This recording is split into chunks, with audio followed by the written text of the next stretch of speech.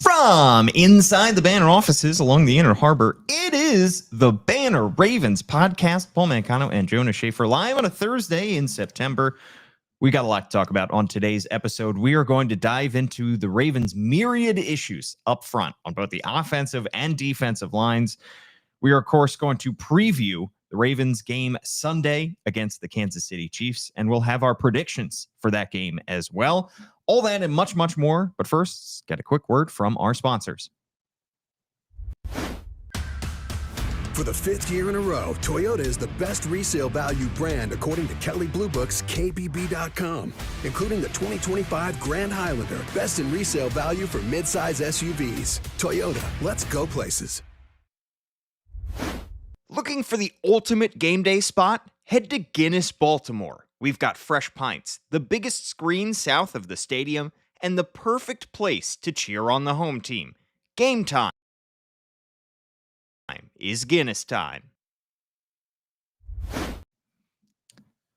All right, Jonas, we are going to dive into the Ravens' issues in the trenches. But first, you have in front of you a cup of a semi-lukewarm liquid. What does it look like to you? Dirt water. It is a pumpkin spice latte. Now, this is the Keurig kind. I didn't get this from Starbucks, but I promised on a previous episode Not good enough for you, Paul? that I would make you try this, and I want to have you try it on the podcast right now and let me know what you think. Before October? Is that allowed? It is allowed. We're not even within 40 days, 30 days of October 30th. I'm pretty sure they start serving them like August 15th, but go ahead, give it a try. Let's see if we can hear the sounds of Jonas swallowing the pumpkin spice latte. What are your thoughts? It's fine. It's fine? It just tastes like apple cider mixed with cinnamon. Yeah. Yeah. A little milky? I'm not going to pay $7 for that if that's what you're intimating. What if I feed it to you every week in this format, like a mother bird to a baby bird? Sure. Yeah, just know that I will regurgitate it like a baby bird. I'm going to do this to you and slowly get you hooked on it, because caffeine is a drug that is addictive. And then I'm well aware. And then you are going to be drinking pumpkin spice lattes on the reg. There's nothing I love more than reminding all my coffee drinking friends that they are addicts essentially, and that them not being able to drink during the weekend after sleeping in for 9 hours is an indication of withdrawal and that they have serious problems with their coffee intake. You sound like a good friend. All right, Jonas, now that we got that out of the way, let's talk about the Ravens' issues in the trenches, because if there was one thing that was clear from Monday's loss to the Detroit Lions, it's that the Ravens do not have the guys up front, both on the offensive line and the defensive line right now, to stop anybody on defense and to get anything going on offense. Something that you wrote about on thebanner.com, something that Charles Walker and Kyle Goon and Gianna Hahn wrote about. But this felt like, in the aftermath of that loss, thinking about it and reading your guys' work, it felt like so many times over the last couple of years, we've just said, well, the Ravens' losses are often due to self-inflicted wounds. The Ravens beat themselves more than opponents beat them. And that's why we're so bullish on this team. That's why we really believe that their ceiling is as high as any team in the NFL's. Monday night, they got beat. Monday night, they got spanked by a Detroit Lions team that was tougher, more physical, and just better in so many areas of the game. And that's why at 3 games in, the Ravens are 1-2. They have the same record that they did last year. I just don't feel as good right now about this Ravens team. That could change for reasons that we'll get into. But to suffer the kind of loss that they did on Monday night was perhaps a harbinger of worse times to come this season than we've seen in the last 2 years. Yeah, I think when you look at the past the communication breakdowns in the secondary last year, you could convince yourself that all you needed was guys just getting on the same page. But right now you are running into issues of just not having good enough guys up front. I still think highly of the secondary. I know Marlon Humphrey hasn't had the season that he's wanted, but I think I'm confident on him being at least a good slot cornerback. Nate Wiggins has been great. Cheeto Woozy has been really impressive so far. Kyle Hamilton, we all know just how much of a dominating force he can be. But you look at the front seven and, is Roquan Smith going to be the force multiplier that he's being paid to be every single week? Is Teddy Buchanan going to be anything more than a jag? Is anyone on that defensive line, if Nnamdi Madubuike is out for long, which I think probably is the widespread fear right now, going to do anything to tilt the balance in the Ravens' favor? That's the issue, because Travis Jones is dealing with a knee injury. When he has been healthy, he hasn't been able to overwhelm double teams like he was able to maybe last year. So you're just kind of going into every game hoping that the other team, if you're a Ravens fan, does not have an overpowering running game or a quarterback who can make things happen, or a passing offense that requires a lot of 5 and 7 step drops, because the Ravens are just not getting to the quarterback as often as you would like them to. They don't have a dynamic edge rusher there right now, especially with Kyle Van Noy sidelined. So I think right now, compared to last year, it was a little bit more of a structural thing. It was communication. It was guys not being on the same page. And right now, even though you have a lot of the same talent, I guess you could argue it's disproportionately collected in that secondary, but you're just worried about do you have enough good guys to be able to hang with some of the best offenses that you're going to see on the schedule, and then if they get there in the playoffs. Yeah, and I saw some comments after our last episode that we did after that game Monday that was asking, is this defense really talented enough, like we kept saying that they are? And I really still do believe that they are. I'm glad you mentioned that perhaps it is disproportionately skewed towards that secondary. That's where the bulk of the Ravens' assets have gone on the defensive side in the last few years, and we'll talk about why that could be an issue and how that has become a trend recently.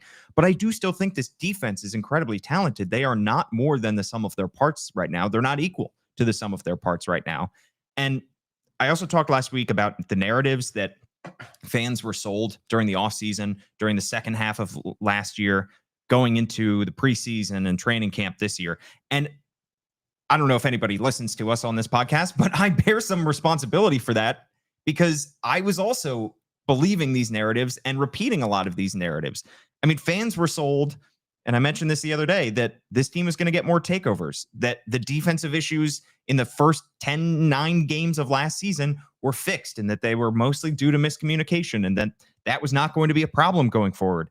Sold that this offensive line would be better than it was, and that Daniel Falele was ready to take another step, and Andrew Voorhees was ready to step in for Patrick McCary. It was sold that either Teddy Buchanan or Trenton Simpson would be ready to play starting linebacker next to Roquan Smith. I was sold that Malachi Starks was good enough to be starting week 1, even after Darius Washington goes out with a potentially season-ending injury.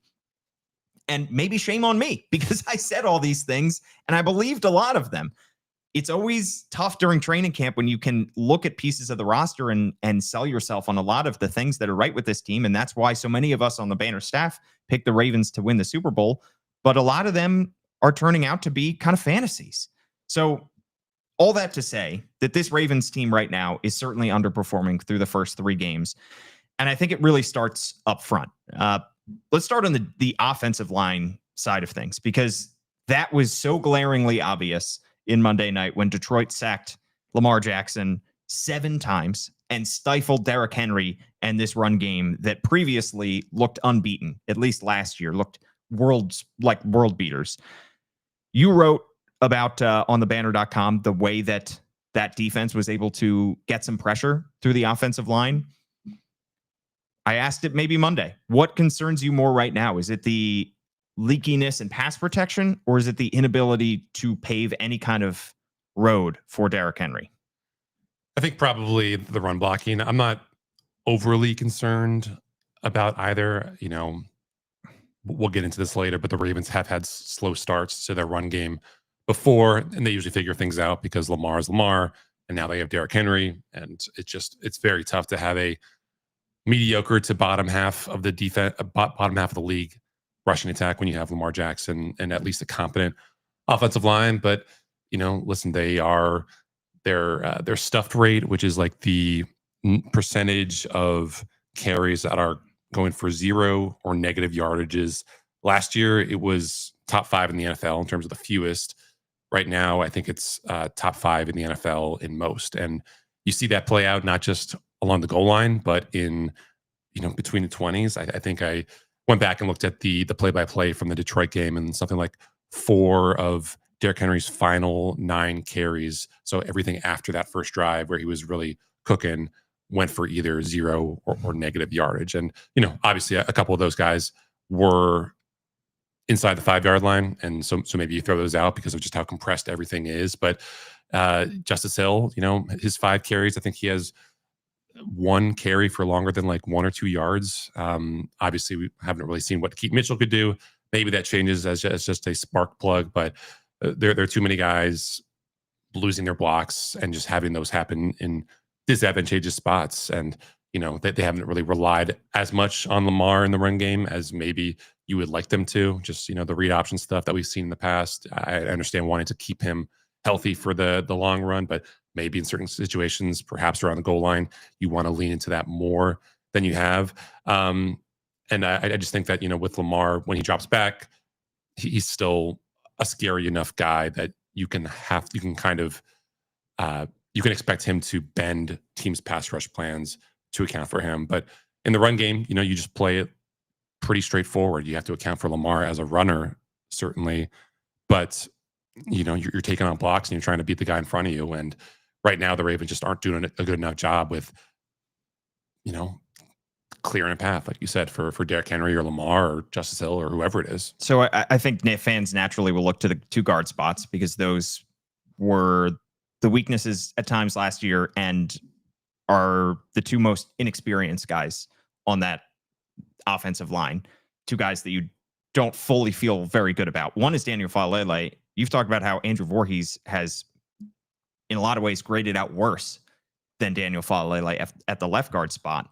And then you've got Ben Cleveland on the bench, who was brought in a few times like he usually is as the extra offensive lineman. One of the clips of him missing a block near the goal line went going viral after Monday's game.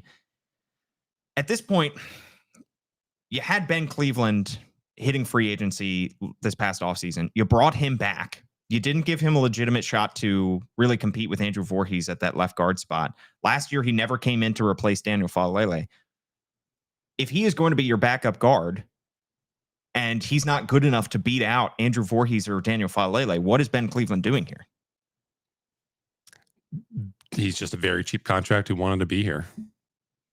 Yikes. Yeah.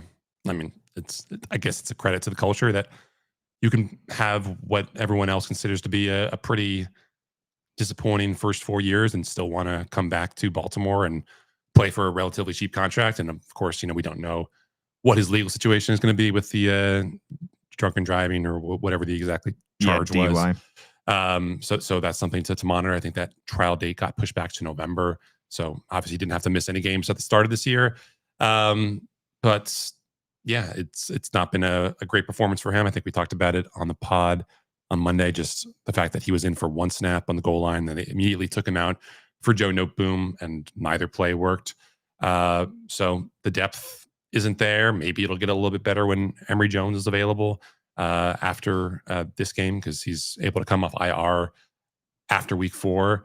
But they're just not a lot of guys who can push Faalele or Voorhees right now. And right. I mean, Voorhees, 59th, I think, out of 64 in PFF overall grades. Faalele is actually 19th, which I think a lot of that owes to his work in pass protection, not so much of the run game.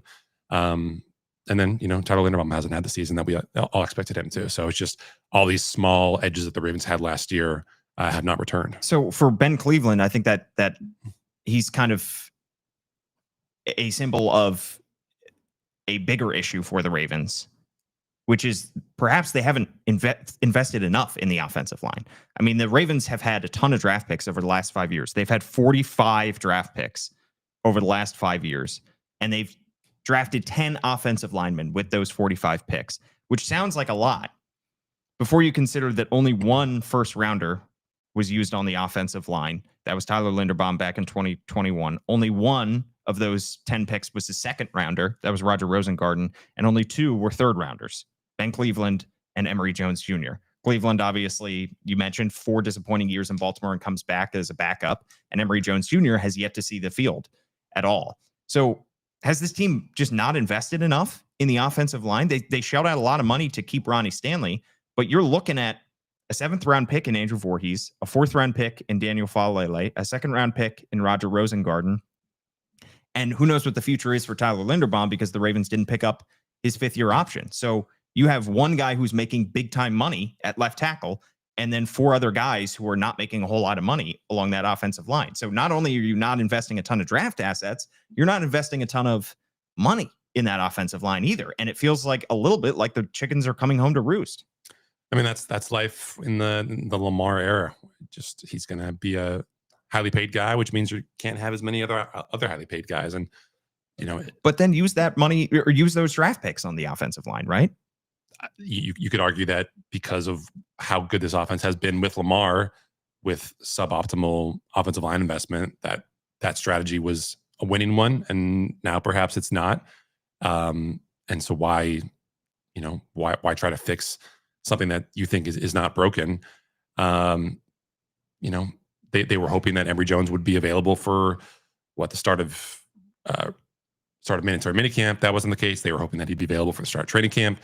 That wasn't the case. Obviously, it might not have mattered just when he became available, because you look at guys like Kingsley Suamataia on the Chiefs, who was another guy who played tackle in college, kicked inside in the NFL, and has had a rough go of it. And he might not be any better than Andrew Voorhees if he were healthy right now.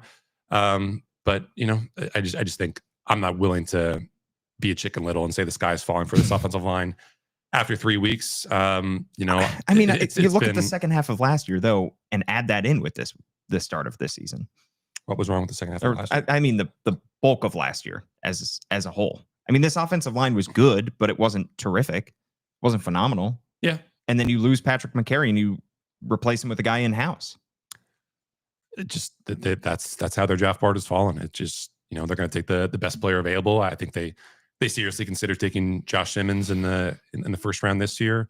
And if they draft him and they put him inside as a guard because they like Ryan Stanley and Rosengarten out there on the edge, then does that do a whole lot for you? Like if he's replacing Andrew Voorhees, who's to say? I mean, it's just, there are a lot of teams around the league with a lot of good offenses that have not had very good offensive lines. Like the best one right now is the Bills, and their fans will complain that they don't have enough skill position players.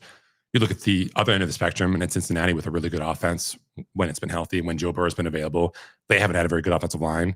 The Chiefs right now, as we'll get into, have been able to scrape by with this offensive line that's been definitely a step down from what it was last year. They didn't have a great offensive line. They were still able to get to the Super Bowl. So it just, everyone has to do their part. Everyone has to adjust.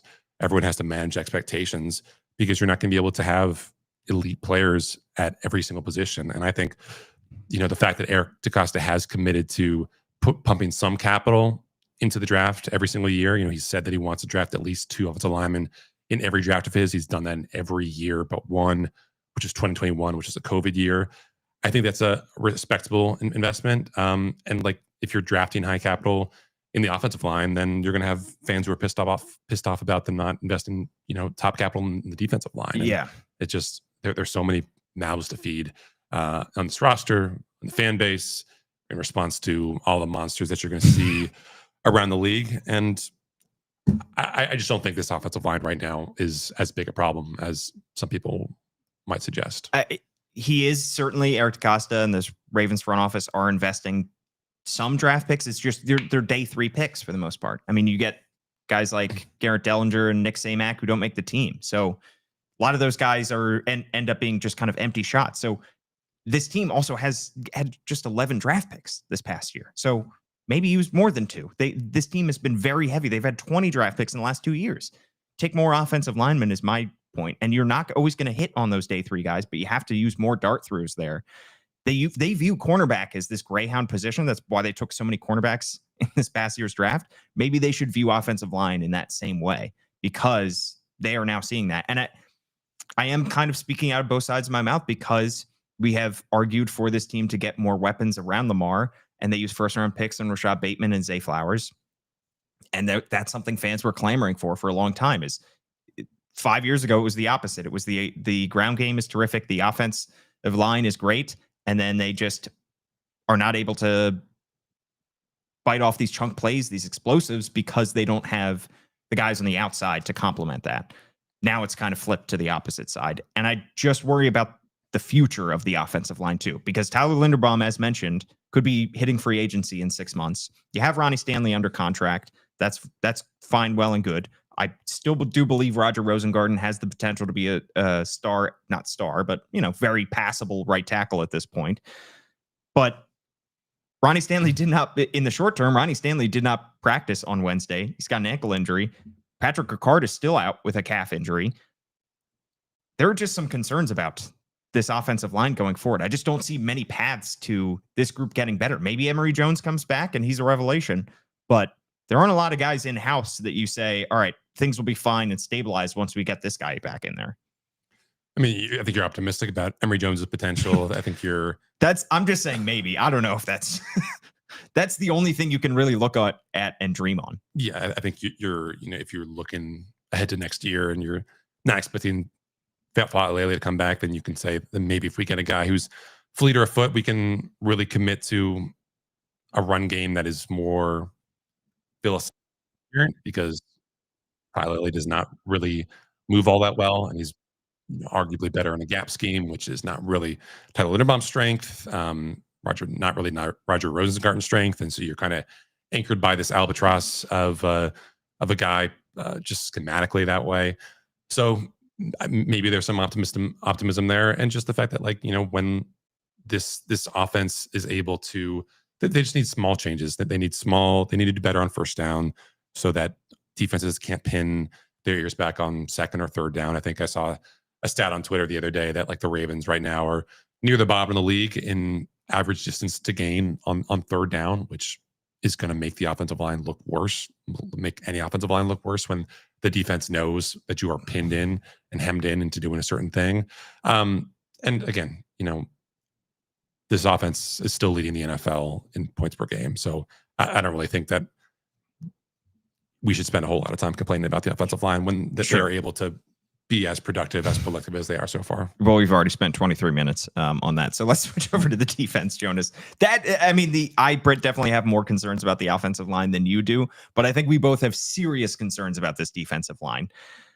Losing Nnamdi Madubuike for the last game against the Lions, he's already been ruled out for Sunday's game against the Chiefs, and John Harbaugh intimated that there is certainly some concern about this injury, this neck injury, lasting longer than just this Chiefs game. We don't know anything. We don't want to speculate anything. What we can say is losing a $100 million man up front in the middle of his prime is not something that is going to help your defense.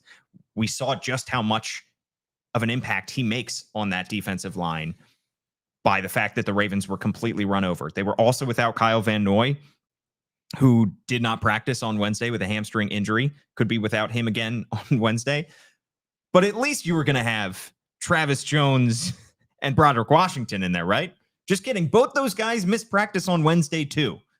Jonas, this defensive line is in dire, dire straits right now. Yeah, and we were, excluding the edge rusher position, I think we were super, super high on the defensive line in general.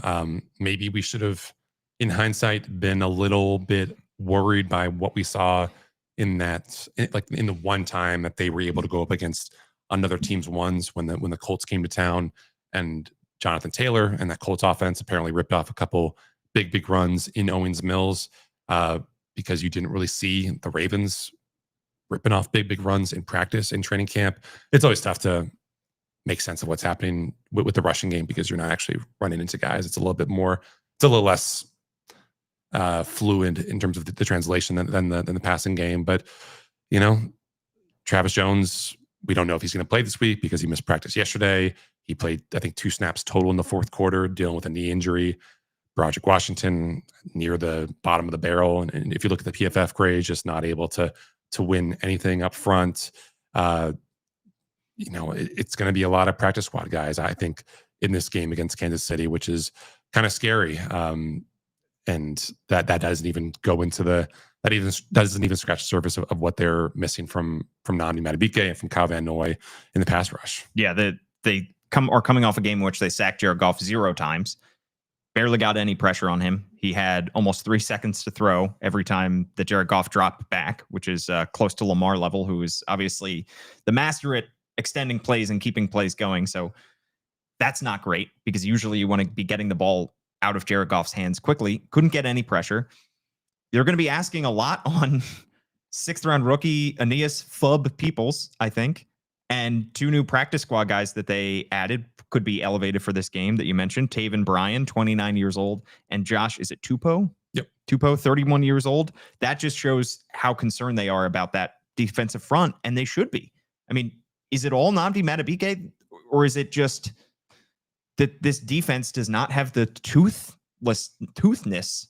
Is that a word? Toothfulness? They don't have the teeth up front. There you go. They don't have the beef up front to get this done. Because you wrote about the fact that the Lions just basically used a pretty simple run concept duo to just absolutely flatten the Ravens defensive line and front seven. Yeah, it's not supposed to be an explosive run, but against the Ravens, it turned into an explosive run. That's probably the biggest red flag in all this. And I think if you want to be somewhat optimistic, look at this through some rose-colored glasses. We've talked about the statistic of, average yards before contact per carry, which basically looks at, are you doing a good job of either limiting or creating running paths for your ball carrier? And when you looked at that stat for the Lions rushing offense on Monday, the Ravens were able to not be near the worst in the league at that. Maybe some of that is just the negative plays that they were able to create early in that game. Obviously there were a couple of plays later where they were stuffing them closer to the line of scrimmage. But as we talked about on Monday, there were just a lot of missed tackles. Roquan wasn't getting enough blocks. Teddy Buchanan wasn't getting enough blocks. Malachi Starks was missing stops at the second and third level. Kyle Hamilton wasn't doing a good job. Marlon Humphrey obviously, got tossed aside on that 31-yard touchdown by David Montgomery. So it just takes a team effort. John Harbaugh was optimistic that there were just small things that they needed to tweak to fix this run defense. And maybe it is just as simple that the Ravens don't have to worry about a rushing offense as potent or creative as the Lions for a little bit of time. And in that time, they can perhaps fix things. But you've gone from feeling like this is among the more stable units, if not the most stable unit on this Ravens team, to being absolutely totally concerned about this. Just, can they stop anyone? Yeah. This is potentially an opportunity for this defense to get right. It felt like we're having a similar conversation to the one that we had going into week 2 against the Browns, where it's if this defense cannot respond to the beating that they took in week 1 against the Bills by dominating the Browns offense, then we have serious concerns. This Chiefs offense has looked unbeatable in recent years. They are not as good right now. They are not as unbeatable right now as we've seen this Patrick Mahomes, Andy Reid offense be in previous years. Let's dive into this preview against the Kansas City Chiefs, Jonas, because there is some reasons for optimism. We'll try to make this more optimistic. This is already starting on a dour mood, and I've given you some caffeine, so hopefully that'll enliven something. And no, is not kicking in. I'm a bigger boy than you. I need a little bit more than that. All right. Word of the day, Jonas, you picked this one out. It's underdog, which means a loser or predicted loser in a struggle or contest. Comes from the 19th century English. It has to do with dog fighting, right, Jonas? Did you know that? I would not have guessed. The underdog was the dog who lost a fight as opposed to the winning top dog. Don't like the dog fighting. Nope. Not sure I want to be using underdog too much now going forward. Ravens are favored by 2.5 points, meaning the Chiefs will likely be home underdogs for the second time in 3 weeks. Casey was also a slight underdog at Arrowhead against the Eagles in week 2, and they lost that game. Over under is 48.5 points. 2-1-2 teams going up against each other at 4:25 on Sunday on CBS. Got Jim Nantz and Tony Romo. Should be either fun listen or mute that game and put the radio on, kind of listen. This is an interesting inflection point for 2 teams that are supposed to be Super Bowl contenders. One team will leave 1-3. At this point right now, how are you feeling about this Kansas City Chiefs team? Probably not as bad as their fans feel right now. I think, well, I should say, if the Chiefs lose this, I would feel a lot worse about their hopes of winning the AFC West than I would about the Ravens if they were to lose there, just because of there is not a dominant team in the AFC North now that the Ravens have not become that. Right. In the AFC West, you have to worry about the Chargers just being able to be a team that gets to 10 wins by November. Yeah, pretty easily. So how many straight years have the Chiefs won that division, by the way? A lot, at least 9, right? Something like that. Yeah, it's been a while, and the offense, I know it hasn't been especially prolific, but on an EPA basis or success rate basis, they've been functional. They've been above average. Functional might be underselling it. And then the defense was not great that first game against the Chargers offense that we thought might be a little bit punchless, but they have stabilized somewhat. They were able to give the Eagles a decent game, and they obviously held the Giants to, I think, just 1 touchdown on Sunday night. So you never want to discount Patrick Mahomes. You never want to discount Steve Spagnuolo, but the Ravens are a favorite for a reason. And I think it's just because Vegas sees there's a lot more high-end talent, a lot more established playmakers, I guess, on both sides of the ball than Kansas City has right now. Yeah, and I think particularly on this Chiefs offense that just does not look like the same kind of unit, in part because of the players that they don't have right now. Rashee Rice is still suspended. He will be out, I think, until week 7, suspended for the first 6 weeks because of a multi-car collision back in 2024. And then they have been without Xavier Worthy, who is a first-round pick wide receiver. And the kind of impact that he has made in the short amount of time that he's been in Kansas City has been evident, giving Patrick Mahomes that deep threat that he's probably lacked since Tyreek Hill. He suffered that injury in week 1, but was a full participant in practice yesterday. So Chiefs could be getting Xavier Worthy back. But beyond the weapons on the outside, they don't seem to have nearly the same running game that they've had under Andy Reid the last few years. Isaiah Pacheco, their lead backs, 3.7 yards per carry so far this year. Kareem Hunt, 3.5. Patrick Mahomes is their leading rusher, 125 rushing yards for Patrick Mahomes. And he's a great get out of jail free card when all of the linebackers drop into coverage and nobody has an eye on the quarterback, and he's able to sneak through and pick up several yards. Nobody is better, by the way, at tricking a defensive player into thinking he's about to slide. I know he doesn't do the full Kenny Pickett thing that Pickett did at Pitt that was eventually legislated out of the game, but you see it in the way that Patrick Mahomes runs. He's able to manipulate the defense by taking advantage of the fact that the quarterbacks are protected a lot. However, he's a terrific athlete, terrific runner. He's going to pick up the yards on the ground where he can find it. But aside from Patrick Mahomes' scrambles, this rushing game has been non-existent.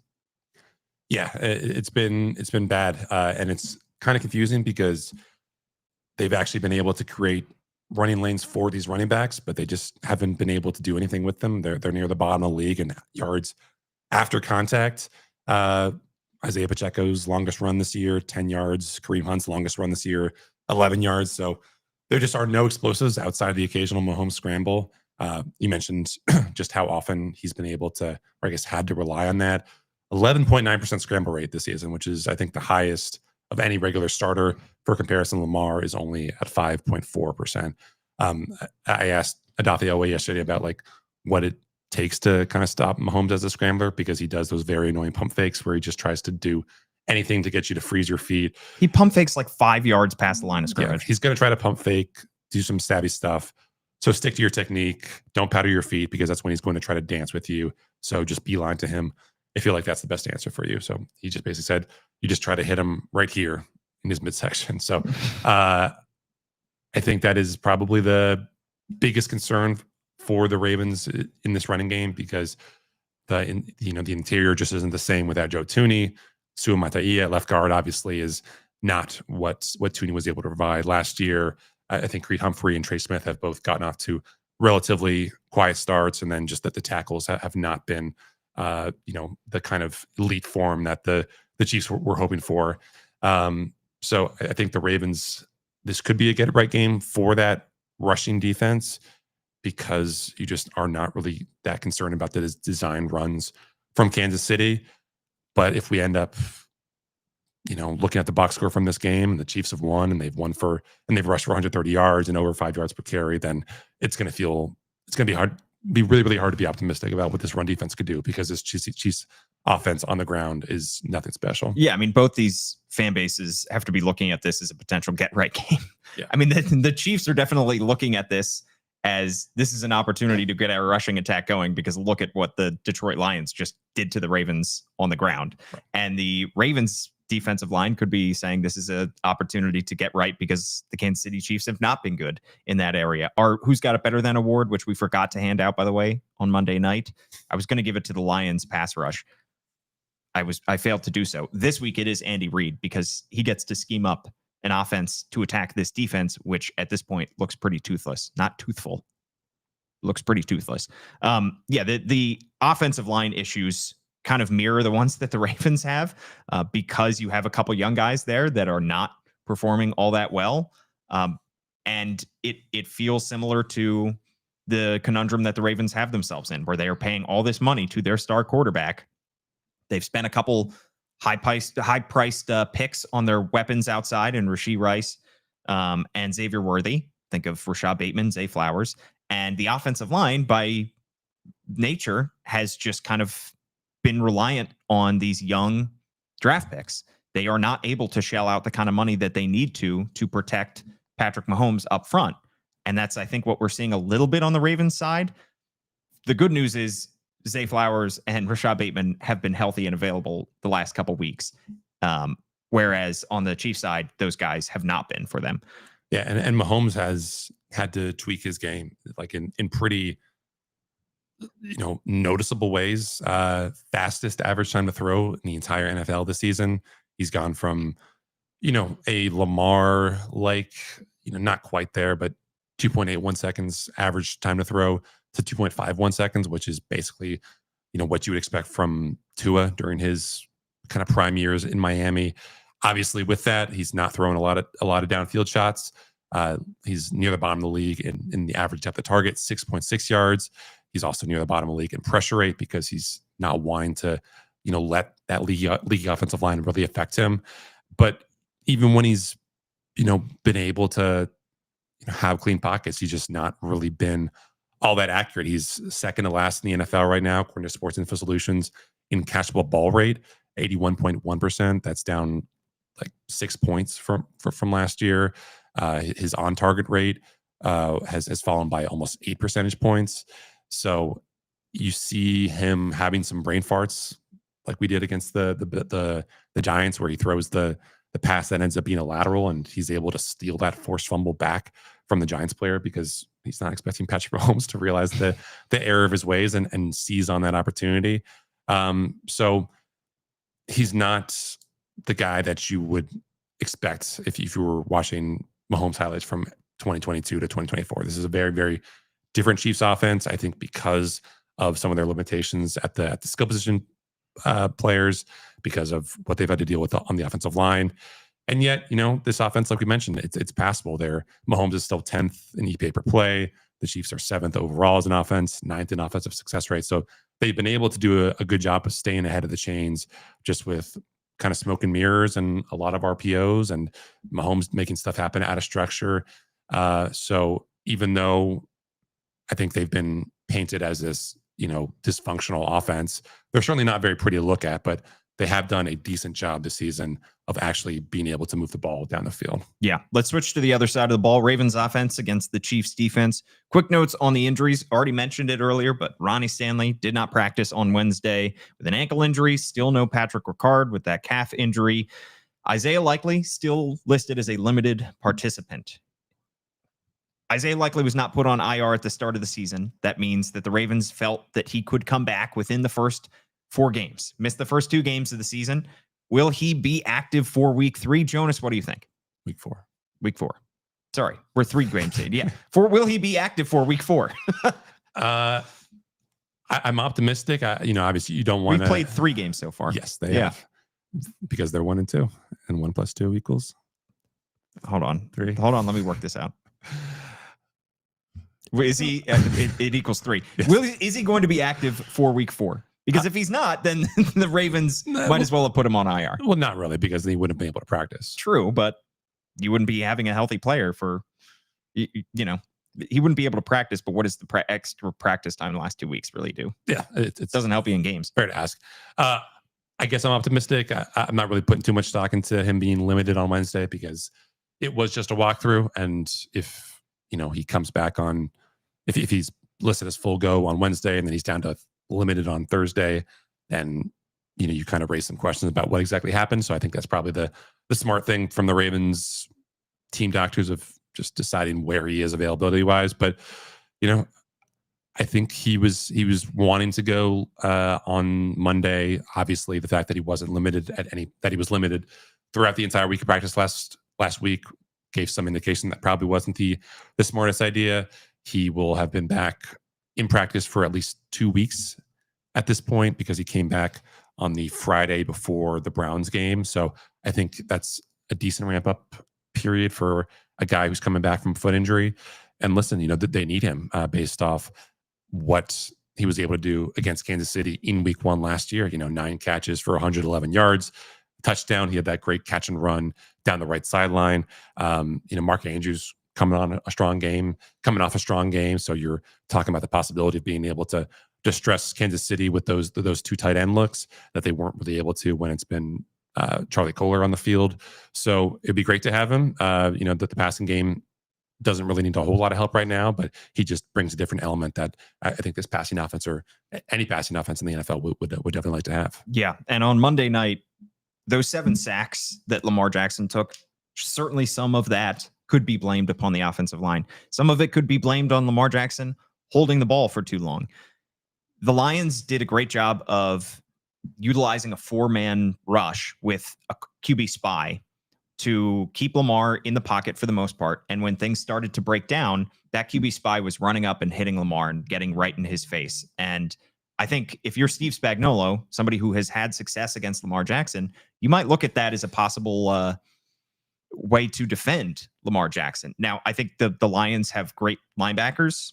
And that's part of the reason, Jack Campbell was healthy for that game and played great. And that's part of the reason that the Lions were able to do that. But is that a potential path to success for Steve Spagnuolo in terms of scheming up defense to stop Lamar? Well, Spags is going to be creative. Sometimes he blitzes a lot. Sometimes he doesn't. We know that Kansas City has been effective bringing pressure against Lamar. You don't want to read too much into those battles early in their career. Again, probably should have mentioned up top that Lamar has never won in Kansas City. He's 0-3 as a starter. The Chiefs are I think, 5-1 overall against the Ravens in the Lamar era, including the playoffs. So there is some history there that is not favorable to the Ravens. But even last year, while that offensive line was still trying to figure things out, the offense was still trying to figure things out. Derrick Henry's first game, Lamar versus the blitz, 3 for 6, 22 yards, took 1 sack, 2 pressures. And, obviously when you are blitzing Lamar and depending on your coverage behind him, then you're leaving yourself vulnerable to scrambles. If you can break containment and get downfield, Lamar killed Kansas City with his legs last year, 9 scrambles for 70 yards. A lot of it kind of late in that comeback where Kansas City was just playing soft coverage and Lamar was just taking, basically nickel and diming them up the field. But the Chiefs might look at these matchups on front and decide we really like Chris Jones to beat Voorhees or Filele or even Roger Rosengarten because they line him up on the edge sometimes too, and just drop 7 like the Lions did and say we trust our guys to be able to be more effective than they were in week 1 against the Chargers. A lot of that was just them not being able to hold up in man coverage, and maybe if they feel like they can't hold up in man coverage against the skill position players the Ravens have, then they'll do a lot more zone and follow kind of what the Lions did with rushing 4 or rushing 4 with another spy. So it's really a 5-man rush. I think you feel good about how this Ravens offense stacks up against this Chiefs defense, which is, like we said, been kind of hit or miss so far. Even against the Giants, Cam Scatterboo rushed 10 times for 60 yards in that game. So you trust Lamar.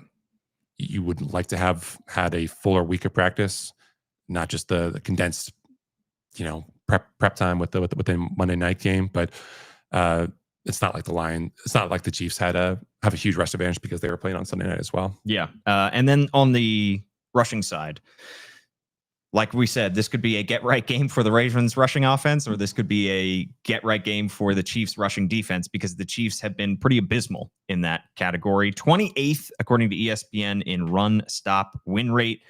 Ravens are coming off back-to-back games in which they did not rush for 100 yards, and still they lead the NFL in points per game with 37. Shudder to think about how good this offense would be if they had just been able to punch the ball in from the goal line. But I think that's where my area of concern is when you get in these close quarter situations, when everybody knows that you're going to run the ball. Are the Ravens able to run the ball down Kansas City's throat? How are you feeling about this matchup on that side? It's going to be interesting because the Chiefs are only allowing 4 yards per carry. I think the longest run they've allowed this year is 19 yards, but on a down-to-down basis, they have not been very good. 29th in success rate. They did okay against the Eagles, who obviously have a great rushing offense, but they played the Chargers, who are terrible, the Giants, who are pretty mediocre.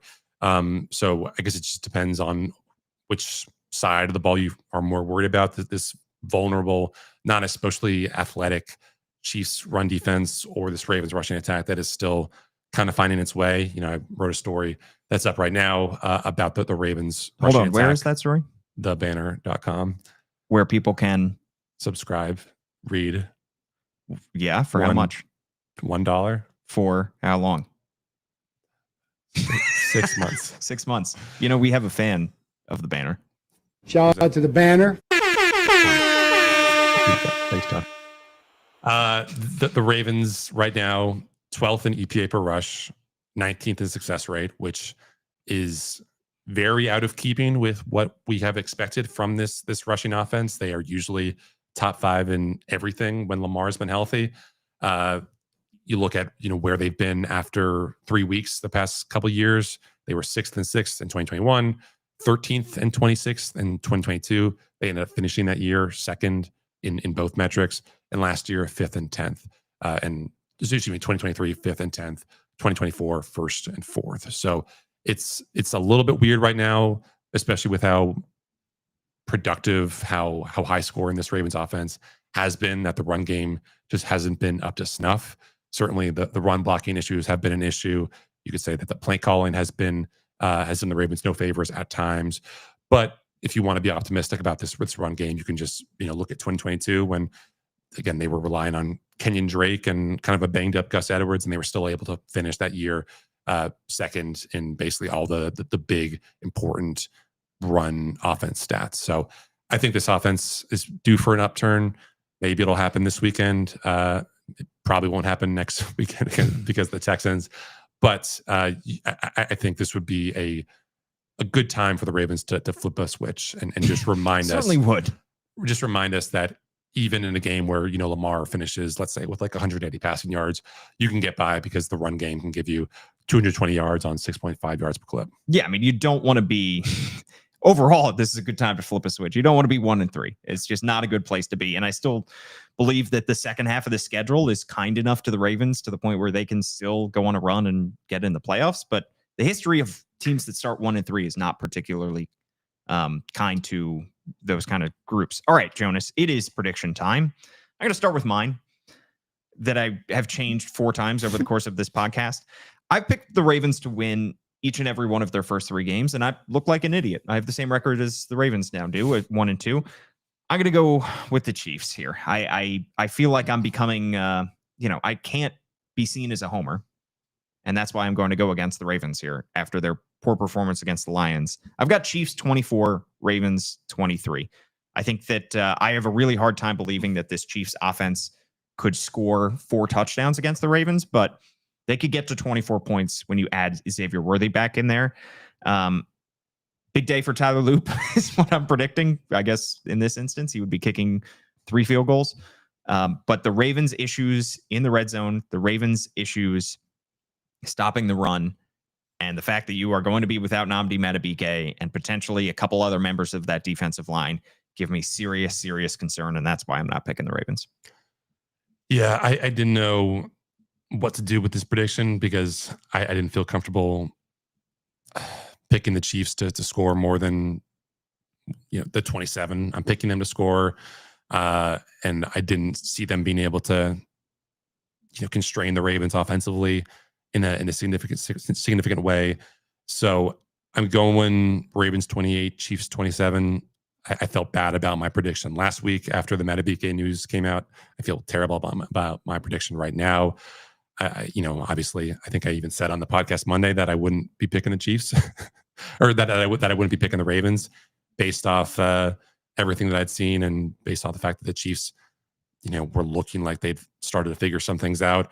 I think that the Xavier Worthy return could be a huge X factor. We don't really know what to expect from him. I think he's played 3 offensive snaps total this year. He obviously he hurt his shoulder, his collarbone pretty early in that game against the Chargers. I just think that the Ravens, even though they didn't tackle well in the run game, I do feel like they're decent. They do a decent job, out wide. They're going to do a good job against the RPOs. If Patrick Mahomes is expecting to have any kind of luck of doing these quick hitters, and he's going to have to be messing with Kyle Hamilton in the flats and at that second level. And even though Kyle didn't have a great game on Monday, I still think he's just so tough to really scheme against with some of these quick game stuff that the Chiefs are going to be rolling with. So I think that it's going to be a weird game. I think it's going to be probably an ugly game, but ultimately one that the Ravens finally prevail in Arrowhead, get out of there with, like I said, a 28-27 win. And if the Ravens are, if they allow another big game on offense, and I think we're probably going to have some very awkward conversations about Zach Orr, because you can't be going into a game against probably the worst offense in the NFL in the Texans next week. Yeah.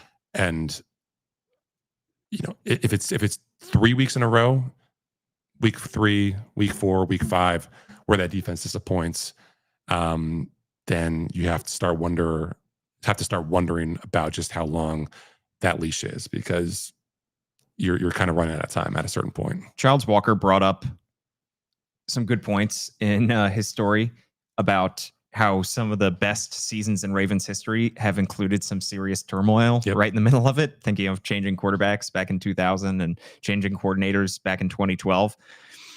I'm not going to go there yet. We're 4 weeks in, not 3 weeks in, Jonas. We're 4 weeks, as I said earlier. We're 4 weeks in, so I'm not going to go there yet.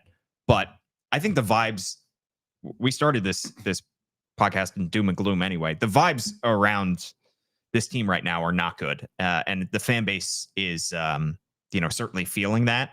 And I think a win in Kansas City would, even though this is not the same Kansas City Chiefs team, I think a win would just do so much for everybody's mental health here that it would give everybody a second to breathe and then go into a very winnable game against the Texans. So a win would be paramount. You're able to convince yourself that you can go into that bye week 4-2, which I think most, 80%, 90% of the Ravens fan base would have settled for if they didn't know about how trash some of these teams would be coming into this year.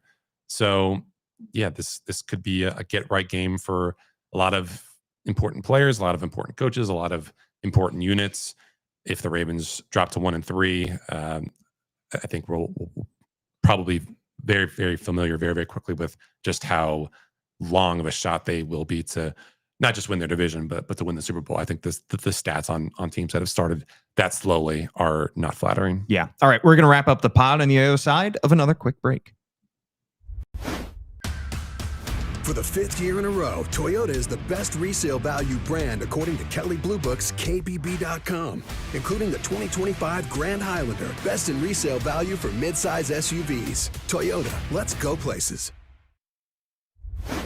Looking for the ultimate game day spot? Head to Guinness, Baltimore. We've got fresh pints, the biggest screen south of the stadium, and the perfect place to cheer on the home team. Game time is Guinness time.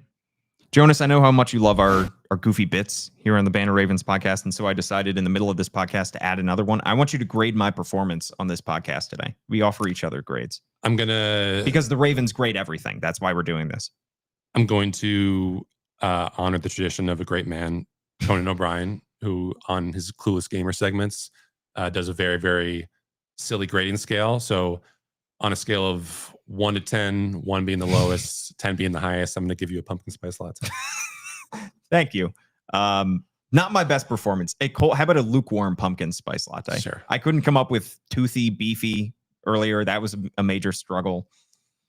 I don't like talking about this team when they're losing. It's just a much more difficult conversation to have. It sounds like you're in a carnivorous phase. Toothy, beefy. Why could that not be the word? You picked underdog over carnivorous because it was relevant. It's about what's the better word, not what's about more relevant. That's my take. Then let's just watch the spelling bee, and we can pick our favorite words from that have no application whatsoever to the Ravens season. There we go. I'm all in favor of that. At Jonas_Shaffer is his handle. I'm at Paul Mancano and at All Banner Sports. We have plenty more coverage leading up to Sunday's game on thebanner.com. We will have a post-game podcast as well, as Jonas will be at Arrowhead. I will be back here in Baltimore, so stay tuned for that. Write us a 5-star review, and I will read it out here on the show. Thanks so much for tuning in. For Jonas Shaffer,